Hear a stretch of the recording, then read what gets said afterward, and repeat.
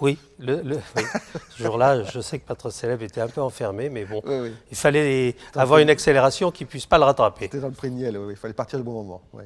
Et là, on l'a vendu aux États-Unis pour une fortune à cette époque. Ah bien joué, docteur. Et là, du coup, Pas moi. euh, ça vous a beaucoup aidé justement d'avoir ces chevaux, d'avoir ce réservoir chez vous, de pouvoir parce que tout le monde dit oh là là l'élevage n'y touchez pas, ça coûte une fortune, c'est épouvantable et vous dites le contraire et encore une fois vous êtes à Chantilly, vous avez vos chevaux à Chantilly qui s'entraînent là, vous faites un peu de la finition si vous me trompez si vous me dites si je me trompe à Chantilly, mais vous préparez le fond plutôt en Normandie. Pour les jeunes c'est chevaux, quelque chose qui fait partie de votre réussite ou c'est plutôt une condition, je dirais, plutôt d'organisation? Je pense que c'est une raison économique. Parce que vraiment, dès qu'un cheval est à l'entraînement à Chantilly, ça coûte très cher. Ouais. Tout devient beaucoup plus cher dans la nourriture, dans les salaires, dans tout. Donc, étant donné que je commençais à me retrouver avec un petit peu trop de chevaux à moi, et donc avoir à payer les factures, il valait mieux commencer le travail où ça coûte moins cher, tout bêtement. Donc c'était une question en fait de pragmatique. Oui, c'est économique, pragmatique. On n'a pas de raison d'avoir un 2 ans qui n'est pas précoce à l'entraînement aussitôt à Chantilly. Oui. C'est se battre soi-même avec un fouet. Oui, c'est coûteux pour avoir, si vous avez un propriétaire, c'est très coûteux pour lui d'avoir un cheval qui est juste là. Donc on peut les mettre. Alors le pré-entraînement c'est encore autre chose, mais ils en font tellement peu que finalement il y a à mon avis une petite perte de temps avec cette solution-là. Donc il faut d'avoir des pistes correctes. En fait, vous avez fait le 360, si j'ose dire, de l'entraîneur. C'est-à-dire vous avez le cheval, vous l'avez élevé, vous l'avez débourré, vous continuez de l'entraîner et de le pré-entraîner, etc., etc. Vous faites c'est ça un petit peu l'idée. Oui, c'est ça. Et tout ça chez vous. J'ai un groupe de clientèle c'est un peu un club, quoi. Je leur vends des chevaux directement, si ce n'est, et puis je reçois des chevaux de clientèle qui ont leurs chevaux élevés ailleurs, bien sûr aussi. Il y a un petit cheval qui vous a donné un petit coup de main, je pense, qui s'appelle Jim and Tonic. C'est une aventure familiale en plus. Jimmy est parti partout, vraiment. Il a couru à peu près. Je crois qu'il n'a pas couru en Australie, mais non, mais il aurait pu. Parce qu'il aurait pu courir à Cox Plate, par exemple. Oui, il était invité 2 fois. Je trouvais ça trop loin, ça demandait tellement de quarantaine. Et les quarantaines sont odieuses, etc. Non, mais le Horse France, qui l'avait toujours voyagé, a fait le total. Il a fait 350 000 air miles. Ça, c'est beaucoup. Ah oui, ça fait quelques voyages en première classe. Il faut dire qu'il voyageait avec du monde. Il y avait Xavier, votre fils, qui l'accompagnait tout le temps. Oui, tout le temps. Oui. Quand il était étudiant, il a arrêté d'étudier. Il avait ses bouquins avec lui, mais comme il était dans le jet lag, il pouvait rien lire du tout le soir. C'était pour nous, pour la presse, qui avions le plaisir de le suivre de temps en temps, parce que les courses se sont mondialisées un peu en même temps. À la fin des années 90, ça a commencé vraiment à s'ouvrir. Bon, Double Bet, vous avez été dès 88, il y a eu des courses internationales depuis les années 50, puis le Breeders' Cup, etc. Mais à l'époque, ce n'était pas aussi fréquent qu'aujourd'hui. Aujourd'hui, on va courir à Hong Kong comme on va courir à Newmarket. Ce n'est pas vraiment un souci. Oui, enfin, à condition d'être sélectionné, parce que les sélections deviennent de plus en plus difficiles. Mais c'était encore un peu, il y avait un petit parfum d'aventure quand même. On partait dans des endroits, Dubaï, on ne savait pas ce que c'était. Hong Kong, on savait, mais enfin, on découvrait quand même. La première fois qu'il a couru, c'était en 98. Il a gagné le Bowl, puis après le Bowl, le Mile, le Q2, et puis après la Cup. On va le voir d'ailleurs dans la Cup gagner. On va voir c'est un cheval qui, quand il était bien et qu'il était là où il se plaisait, le voilà, avec Gérald Mossé toujours. Voilà, ça c'est la Hong Kong Cup 99. C'est donc sa 3e course là-bas. Il a déjà gagné 2 fois là-bas. Et on va vous montrer la course entière, si vous pouvez nous la commenter, parce que c'est quand même assez inquiétant d'abord, quand on ne le connaît pas, et puis spectaculaire pour ensuite. Ses meilleures performances en France, c'était sur 1300 mètres, quand il est second du Maurice de Guest, à Deauville. Et petit à petit, on le rallongeait. Alors là, Gérald Mossé me dit, alors là, vous charriez un peu 2000 mètres. Je lui dis, tu le mets dernier, ou presque dernier, il va se détendre. Et il a une accélération foudroyante. Et ça a marché grâce à sa fine monte et l'accélération de ce cheval. On va regarder au départ, regardez-le, il est au centre là, il part bien, hein, Gérald. Le casaque bleu et rose qui est au centre, les losanges, avec numéro les 3. gants blancs. Voilà, avec les gants blancs, oui. Ça, c'est plus, oui, il n'y a plus les bandages orange en course, mais il y a les gants blancs de Gérald. Et donc, il se retrouve un petit peu en retrait et il reprend carrément. C'était vraiment les ordres. Je voulais absolument qu'il le détende derrière, comptant sur une accélération extraordinaire. C'était un peu le flying circus à l'époque. Il y avait quand même des chevaux qu'on retrouvait un peu partout. Oui, oui, C'était un peu comme une bande de copains qui jouaient au bridge dans les plus grands hôtels du monde. Il y a là, cette très bonne jument australienne, je l'ai rencontrée 3 fois. Là, ouais. C'est elle qui était devant, c'était une vraie championne. Ah ouais. Et là, on est avant-dernier. Il y a juste un orange juste derrière nous. Il y a le Godolphin Service qui est au milieu, qui était... Attendez, parce que j'ai triché, j'ai mes notes. Le Godolphin Service, voilà, c'était Kaboul. Oui. Cette jument devant Sunlight, elle était d'une beauté. Oui. Ah, c'était vraiment Miss France, hein, Miss Australie. Né en Nouvelle-Zélande. Ah Avec oui, Running c'est Stag ça, à côté, qui était un cheval anglais, mais qui courait très bien, notamment sur le dirt. Qui a couru le terrain est léger là-bas. Hein. Oui. Donc, entre Hong Kong, pareil, c'était vraiment un gros... La première fois qu'on vous y a invité, vous vous êtes dit, qu'est-ce que c'est que ça Oui, parce que c'était très léger le terrain, mais il adorait ça, de toute façon, donc j'étais content comme ça. Ça s'est amélioré avec le temps maintenant. Je crois que la piste est toujours bonne quand même, c'est pas trop léger. Oui, ils mettent un petit peu de grillage dedans, Oui. qui sont dans l'herbe. Oui. Là, regardez. Oui, il est avant-dernier. Par contre, regardez, il est avant-dernier, vous voyez comme il est facile, il est vraiment sur la main, il n'y a pas de problème du tout. Et Gérald temporise, hein. On voit bien que les gants blancs bougent très peu. Déjà, devant, ça commence à pousser. Ça pousse, mais de bonheur, ils sont allés vite là. Il passe entre deux chevaux. Regardez, vous voyez les gants blancs, et il a l'air de dire « je viens trop tôt ». Et alors là, c'est inouï, la façon dont il gagne facilement. 200 mètres de course encore, et regardez, il les a pulvérisés pour finir. Il a gagné à Dubaï en battant le record de l'épreuve dans le duty free. Il a gagné, je ne sais plus si c'est 4 ou 5 millions d'euros, mais enfin bon... Il en était presque à 5 millions, qui voudrait dire maintenant beaucoup plus, parce que ses courses ont été augmentées de 30%. Oui. Il était hongre, c'est peut-être pour ça aussi que lui est allé partir beaucoup à l'étranger. Oui, enfin, il a eu le poil d'hiver. Ça, c'est John Martin, son jeune propriétaire. À l'époque, il y avait lui, alors il a pris aussi un pied formidable avec ce cheval-là, notamment. Il l'a monté tout le temps là-bas, oui. C'est des beaux souvenirs.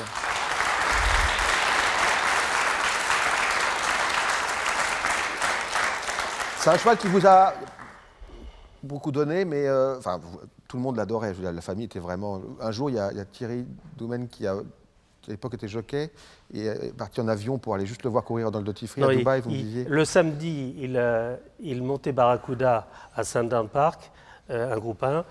Et il a juste eu le temps de prendre il a gagné. Oui. Et il a juste eu le temps de prendre un taxi, sauter dans l'avion, aller voir le lendemain notre Jim. Il est toujours à la maison, vous m'avez dit? Et il est à la retraite au Hara. Par contre, il ne veut plus prendre le camion ni rentrer. Il ne veut plus monter dans un camion. Il s'est dit, j'ai 18 ans, je crois, je m'arrête là. Et il ne veut plus rentrer dans un box non plus. Un cheval comme ça vous aide à faire des choix que vous n'auriez pas fait si vous n'avez pas un cheval leader dans une écurie? Qui veut dire qui rapporte quand même pas mal d'argent, qui permet de faire les investissements qu'on veut. Tout ce qui nous a permis, en tout cas, c'est d'acheter un Hara. C'est un investissement, ouais. Hein, bon, parce que ça nous a permis, en tout cas, le Hara était déjà acheté, mais ça nous a permis de nous étendre un peu et de faire des investissements. Les investissements, ça continue en définitive, mais avant on va regarder une course qui vous tient particulièrement à cœur. Je crois que vous avez voulu vraiment la voir parmi toutes celles. Celle-là, on les a vues, moi je les aime bien aussi, mais celle qu'on va vous montrer maintenant, c'est celle que vous vouliez absolument voir parce que vous êtes vraiment directement concerné comme entraîneur et aussi comme papa, puisque c'est la victoire de First Gold dans le Grand Steeple avec Thierry Doumen, un jeune jockey de 18 ans, en 98. On les a pris en face, deuxième passage en face.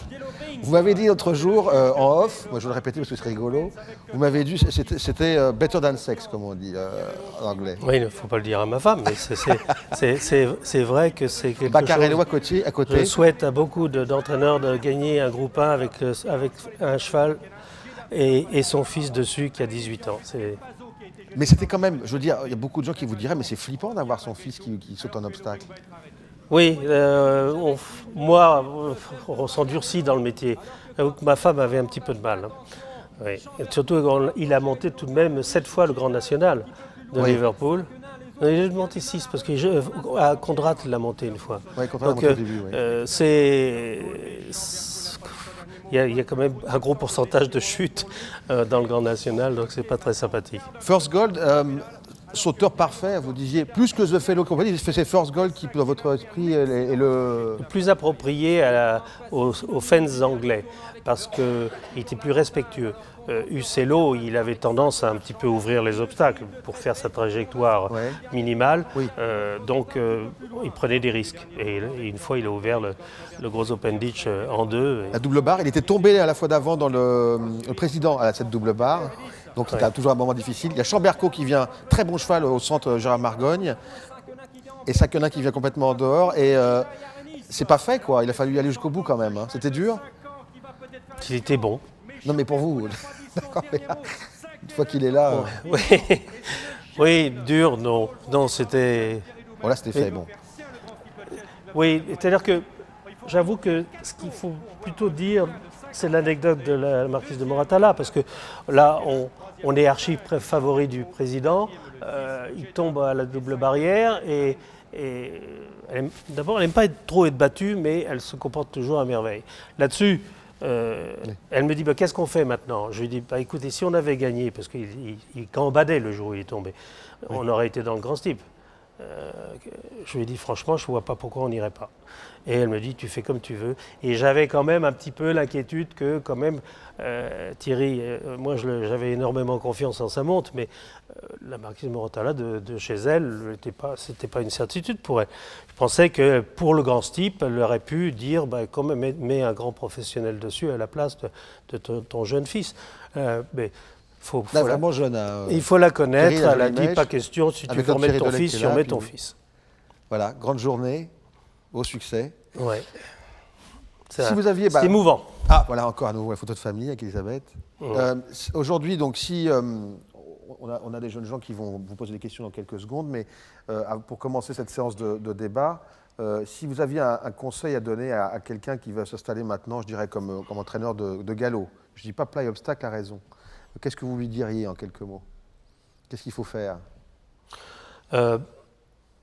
Franchement, où il y a le moins de concurrence, c'est tout de même un obstacle. Pour la simple raison, c'est que vous ne voyez ni les Maktoum, ni les Abdullah, ni les Aga Khan, et j'en passe de très sérieux, qui n'investissent pas en obstacle. Déjà, quand vous n'avez pas toutes ces grosses fortunes qui investissent beaucoup dans les très hautes qualités en galop plat, c'est tout de même plus facile. Donc, à mon avis, avec un cheval sans un gros investissement financier, on peut décrocher, en insistant beaucoup et en travaillant beaucoup aux jeunes gens, on peut tomber sur un gros numéro. Merci François. Clélia, c'est à vous maintenant. On va écouter les questions des élèves de la FASEC à François Doumène. Alors Delphine, 21 ans. Est-ce que vous avez un élevage de prédilection pour l'achat de vos poulains? Un élevage de prédilection pour l'achat de vos poulains? Est-ce que vous préférez acheter vos poulains quelque part plutôt qu'ailleurs? Non, je dirais plutôt que je procède par élimination. Il y a certains endroits où je ne pense pas aller visiter son élevage. Mais un de prédilection, non. Il y a beaucoup de bons professionnels, beaucoup de bons éleveurs avec des terres fantastiques.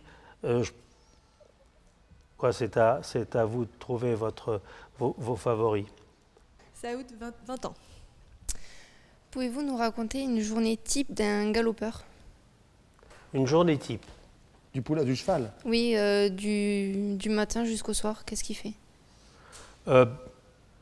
Sans parler d'âge, tout simplement, le premier garçon vient de lui donner un petit casse-croûte à l'ouverture de l'écurie.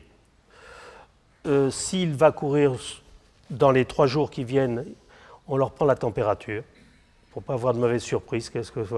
Il n'a pas un petit panneau qui vous dit aujourd'hui j'ai de la température, il ne faut pas me courir. Au moins on le sait. Ensuite, ils sortent le premier lot, ou le deuxième lot, ou le troisième lot, selon les cas. Combien de temps à peu près sur un cheval qui est à Chantilly en ce moment, qui va courir en course? Les lots durent 1h30. 1h30. C'est-à-dire que, donc, après le casse-croûte, il sort. Je vous parle de ce que je connais le mieux, c'est ma façon. J'envoie mes chevaux travailler sur la piste des Lions de Chantilly, qui est très loin de chez moi. C'est-à-dire qu'ils mettent une demi-heure pour aller là-bas. Quand ils arrivent là-bas, ils auront donc fait du pas, un long trotting et un galop de chasse. Et on se retrouve à notre point de rendez-vous. Et là, je distribue le travail qu'il faut faire. Si on fait 1200 mètres, 1500 mètres, 2000 mètres, vite ou doucement, tête à tête ou séparément, selon le programme futur de la course que l'on a visée. Après, il leur faut une demi-heure pour rentrer. Et pour rentrer, c'est aussi important que pour y aller, peut-être ça les décontracte. La forêt est merveilleusement calme. Et si c'est en plein été, quand il a fait chaud, ils ont tout le temps de sécher. Et, bon, donc le cheval rentre. Le soir, s'il court dans les jours qui viennent, ils sont promenés. Un quart d'heure, 20 minutes. Ça dépend du personnel que vous avez, si vous en avez beaucoup ou peu. C'est une question économique, tout ça. Réfléchir, si vous vous bourrez de personnel, ça va être très très dur les fins de mois pour vous, parce que vous allez avoir les salaires et les charges sociales qu'il ne faut pas oublier de payer. Mais sinon, on a une petite... Voilà. Angèle, 18 ans. Quelles sont vos origines préférées, favorites ? Pour vous donner mes étalons favoris, il se trouve que je connais beaucoup d'éleveurs et propriétaires d'étalons, et c'est un petit peu délicat de vous sortir mes grands favoris. Je peux parler de l'étranger. Évidemment, il y a Ozzy's Dream, il y a des chevaux comme ça qui sont... C'est assez facile à deviner. Vous avez le catalogue qui vous donne tous les renseignements. Je crois qu'en ce moment, vu la mentalité des propriétaires qu'ils ne veulent pas attendre trop longtemps pour avoir un gagnant, il vaut mieux choisir des étalons de précocité afin de ne pas avoir à attendre le milieu ou la fin de 3 ans pour les débuter, ce qui les rend très impatients.